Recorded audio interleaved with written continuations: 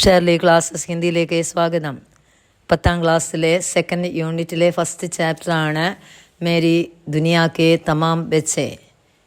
അത് എഴുതിയത് അദ്നാൻ കഫീൽ ദർവേശാണ്. അദ്ദേഹത്തിൻ്റെ കവിതയാണ് പാഠഭാഗം.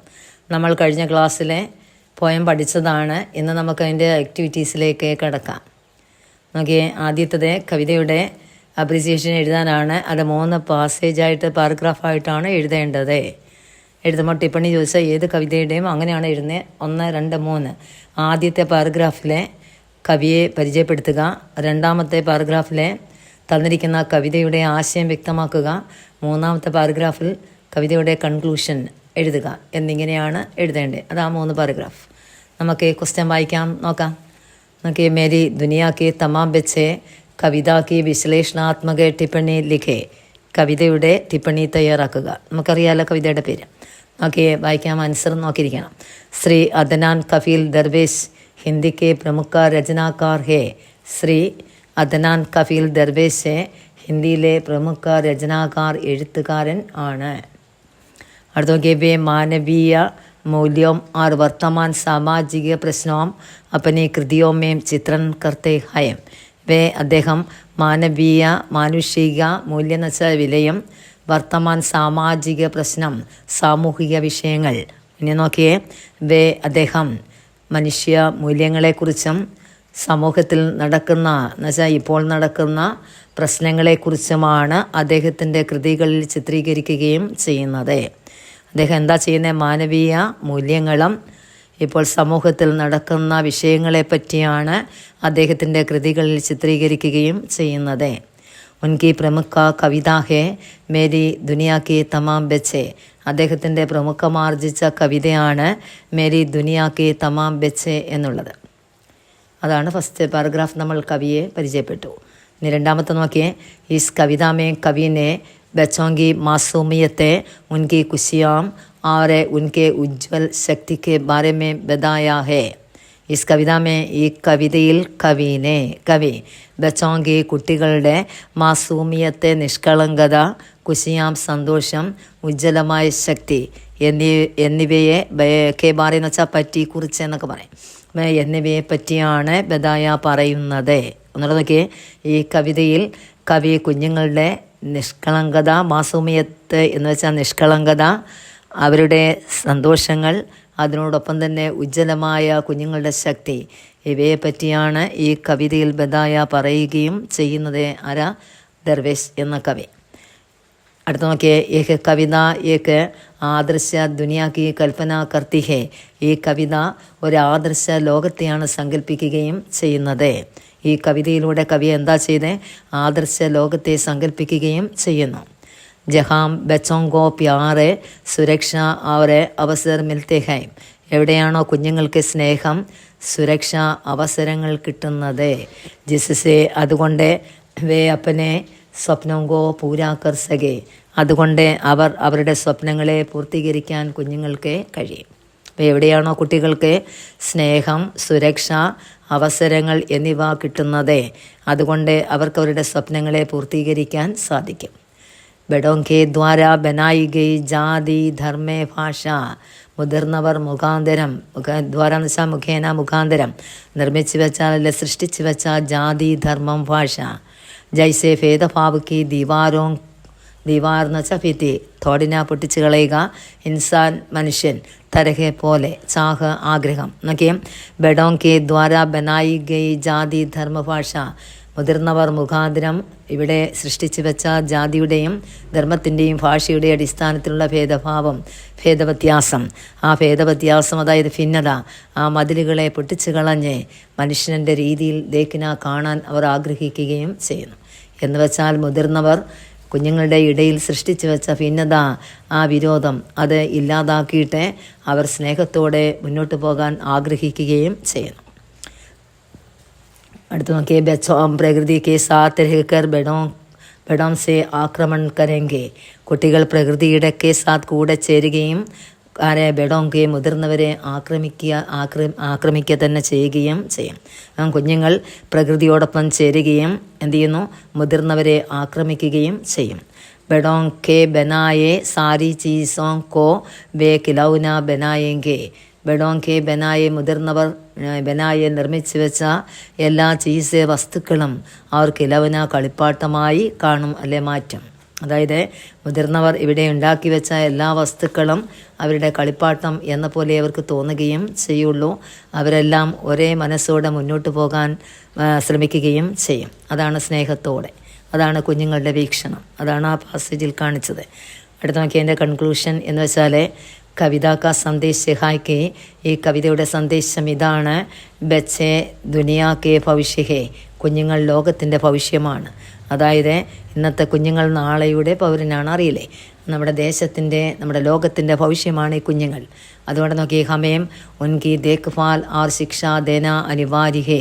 അതുകൊണ്ട് നമ്മൾ എന്ത് ചെയ്യണം? കുഞ്ഞുങ്ങളെ സംരക്ഷിക്കുകയും ദേഖ്ഭാൽ ചെയ്യുക, സംരക്ഷിക്കുകയും അവർക്ക് ശിക്ഷ, വിദ്യാഭ്യാസം നൽകുക എന്നത് അനിവാര്യം തന്നെ ആണ്. ഇസ് കവിത മേ ബച്ചോं के प्रति പ്രേമ സ്നേഹ വ്യക്തി കിയാ ഹേ. ഈ കവിതയിൽ കുട്ടികളുടെ നേർക്ക് എന്തൊക്കെയാ സ്നേഹം, പ്രേമം എന്നിവ വ്യക്തമാക്കുകയും ചെയ്യുന്നു. സഹജ ആർ സരൾ ഭാഷ കവിതാക്കോ സുന്ദർ ബനാത്തി ഹേ. പൊതുവായിട്ടുള്ളതും സരളമായ ഭാഷ ഈ കവിതയെ ഒന്നുകൂടി സുന്ദരമാക്കി തീർക്കുകയും ചെയ്തു. 4 മാർക്കിൻ്റെ ക്വസ്റ്റ്യൻ ആയതുകൊണ്ടാകട്ടോ ഇങ്ങനെ എഴുതി, അത്രയും എഴുതണം, എന്നാലേ നമുക്ക് 4 മാർക്ക് കിട്ടുകയുള്ളൂ. അതുകൊണ്ടാണ് അത്രയും എഴുതിയത് കേട്ടോ. നല്ലപോലെ വായിച്ച് പഠിച്ച് വയ്ക്കുക. നെക്സ്റ്റ് ക്വസ്റ്റ്യനിലേക്ക് നോക്കിയേ. കവിത കിസ് പ്രകാർ കി ദുനിയാ കി കൽപ്പന കർത്തി ഹേ. കവിത ഏത് രീതിയിലുള്ള ദുനിയ, ലോകത്തെയാണ് സങ്കല്പിക്കുകയും ചെയ്യുന്നത്? അതായത് കവി ഈ കവിതയിലൂടെ ഏത് രീതിയിലുള്ള ലോകത്തെയാണ് സങ്കല്പിക്കുകയും ചെയ്തത് എന്ന് ചോദിക്കുമ്പോൾ നോക്കിയേ, ആ ടിപ്പണിയെ നോക്കിയേ. അതിൽ ഞാൻ മാർക്ക് ചെയ്ത് വെച്ചിട്ടുണ്ട് 2 എന്ന സെക്കൻഡ് പാരഗ്രാഫ്, കണ്ടില്ലേ? അത് ഐസ് കവിതാമേ അവിടം തൊട്ട് സ്വപ്നോങ്കോ പൂരാക്കർ സകെ അത്രമാത്രം എഴുതി കൊടുക്കുക. ക്വസ്റ്റ്യൻ ആൻസർ ആയി കഴിഞ്ഞു. നിങ്ങളുടെ എളുപ്പത്തിന് വേണ്ടിയാണ് ഞാൻ അങ്ങനെ ചെയ്തത് കേട്ടോ. അത്രയും എഴുതണം കേട്ടോ. അടുത്ത ക്വസ്റ്റ്യൻ നോക്കിയേ. കവിത കി സന്ദേശസേ ആപ് കഹാൻ തക് സഹമത്ത് ഹേ. ഈ കവിതയുടെ സന്ദേശത്തോടെ താങ്കളുടെ കഹാൻ തക് എവിടം വരെ സഹമത്തെ യോജിക്കുകയും ചെയ്യണം എന്നാണ് ക്വസ്റ്റ്യൻ. സഹമത്ത് എന്ന് വെച്ചാൽ യോജിപ്പ്. അടുത്ത ക്വസ്റ്റ്യൻ ആൻസറിലേക്ക് നോക്കിയേ. കവിത കി സന്ദേശസേ മെയിൻ പൂർണ്ണ രൂപസേ സഹമത്ത് ഹോം.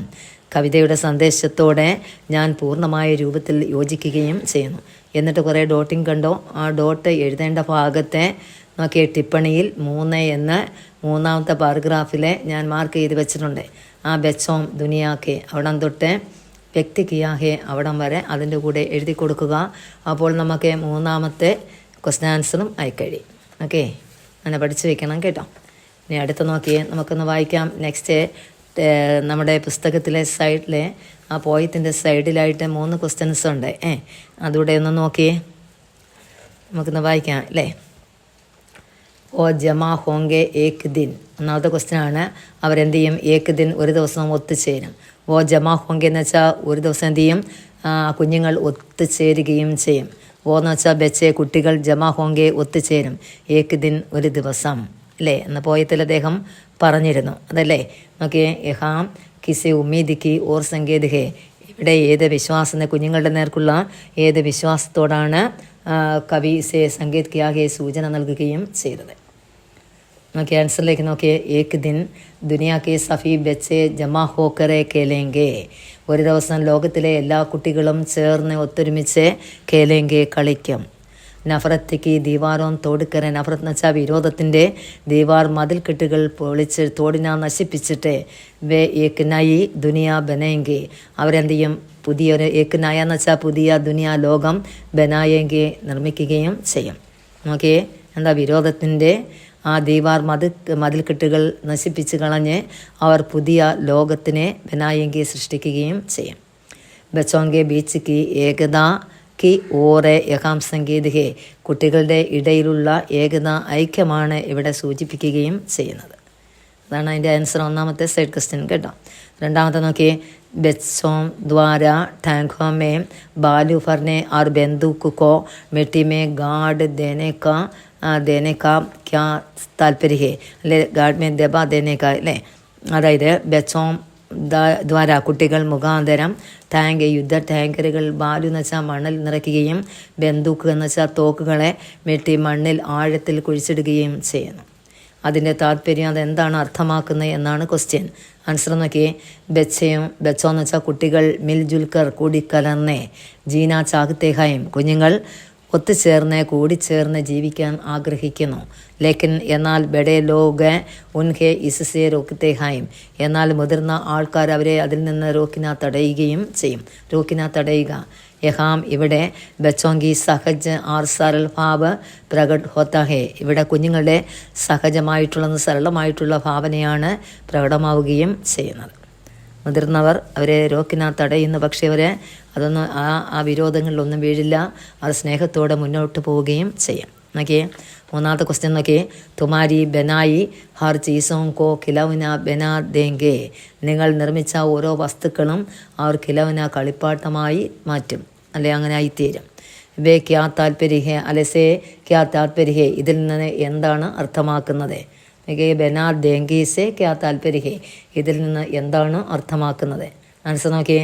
ബഡേ ലോക ബച്ചോമേം ഭേദഭാവ് ലാനെ കെ ലിയെ ജോ ഫി പ്രയാസ് കരെ ബഡേ ലോകം എന്ന് വെച്ചാൽ മുതിർന്ന ആൾക്കാർ കൊച്ചുങ്ങളുടെ അല്ലെ കുട്ടികളിൽ ഭേദവ്യത്യാസം ഉണ്ടാക്കിയെടുക്കാൻ ശ്രമിക്കുന്നു. പക്ഷേ പ്രയാസ് കരെങ്കിൽ അത് അവരിലേക്ക്, അതായത് കുഞ്ഞുങ്ങളിലേക്ക് ഭേദവ്യത്യാസം ഉണ്ടാക്കിയെടുക്കാൻ ആര് ശ്രമിക്കുന്നു? മുതിർന്ന ആൾക്കാർ ശ്രമിക്കുന്നു.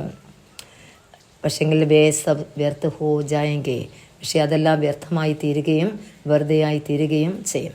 കുഞ്ഞുങ്ങളിലേക്ക് വിരോധഭാവം ഭേദവ്യത്യാസമൊക്കെ സൃഷ്ടിച്ചെടുക്കാൻ ശ്രമിച്ചാൽ മുതിർന്നവർ പക്ഷെങ്കിൽ അതെല്ലാം വ്യർത്ഥമായി പോവുകയും ചെയ്യുള്ളൂ.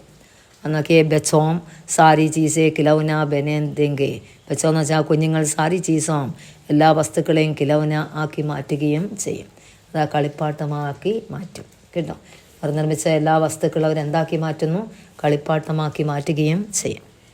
ഓക്കെ, അങ്ങനെ സൈഡ് ക്വസ്റ്റ്യൻ 3 ഉള്ളൂ. ബാക്കി 1 വേർഡ് ക്വസ്റ്റ്യൻസും ബാക്കി കുറച്ച് ആക്ടിവിറ്റീസ് ഉണ്ട്. അത് നമുക്ക് അടുത്ത ക്ലാസ്സിൽ പഠിക്കാം. ഓക്കെ, ഇന്നത്തെ ക്ലാസ് ഇഷ്ടപ്പെട്ടെങ്കിൽ ഒന്ന് സബ്സ്ക്രൈബ് ചെയ്യണം, ഒന്ന് ലൈക്ക് ചെയ്യുക, ഒന്ന് ഷെയർ ചെയ്യുക, സപ്പോർട്ട് ചെയ്യണം. ഓക്കെ.